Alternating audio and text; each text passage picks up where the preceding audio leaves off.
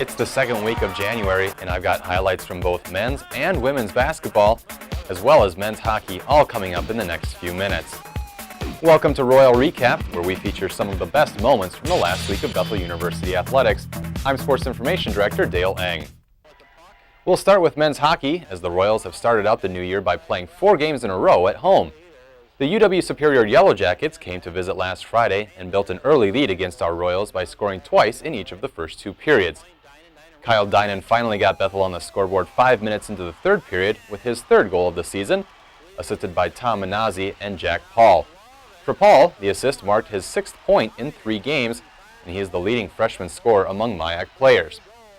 Bethel was unable to gain any more ground on Superior in the final 15 minutes of a 5-1 loss, which brings us to Saturday's game against the 5th-ranked St. Scholastica Saints.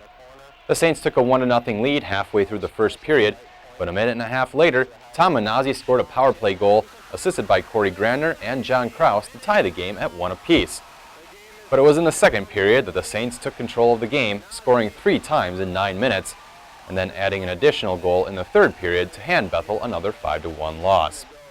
Bethel is now 6-9 overall, heading into a 2-game series with Hamlin this weekend. In women's hockey, Bethel had just 1 game last week and was held scoreless in a 1-0 loss against UW Eau Claire. The Royals will return to the ice on January 22nd when they face off against the St. Mary's Cardinals in Winona. Shifting gears to women's basketball, Bethel hosted the St. Thomas Tommies last Wednesday, looking to win back-to-back conference games. Bethel went ahead by 3 with this steal and layup by Christy Nye. And there's Nye going all the way and laying it up and in. And then pushed their lead out to 7 points with this layup from Nye at the midway point of the first half. And a nice move in the layup. But the Tommies tightened their defense and went on a 19-0 run on their way to taking a 14-point halftime lead. St. Thomas kept Bethel under its thumb in a 65-41 defeat. Then on Saturday, the Royals headed down to Northfield to take on the St. Olaf Oles. The 2 teams played a back-and-forth game until the last 9 minutes of the first half.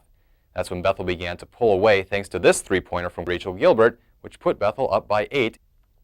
The Royals continued to build on their lead, going up by as many as 12 with this tray from Taylor Sheely. But the Oles found a way to not only get back in the game, but also take a lead for a brief time with under 3 minutes to go.